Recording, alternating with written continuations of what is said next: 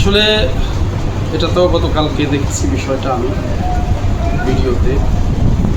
এটা যে বা যাহারা করেছে এবং যে কোর্ট থেকে রায়টা দিয়েছে, অবশ্যই আমি এর সপক্ষে আছি। আলহামদুলিল্লাহ, আমার এত ভালো লেগেছে এবং ওদেরকে ফাঁসি দেওয়ার পরে হচ্ছে মনে হয় আমার মানে যে তাদের প্রতি একটা ঘৃণা, যে একটা ক্ষিপ্ততা ছিল, এটা এখনো কমেনি।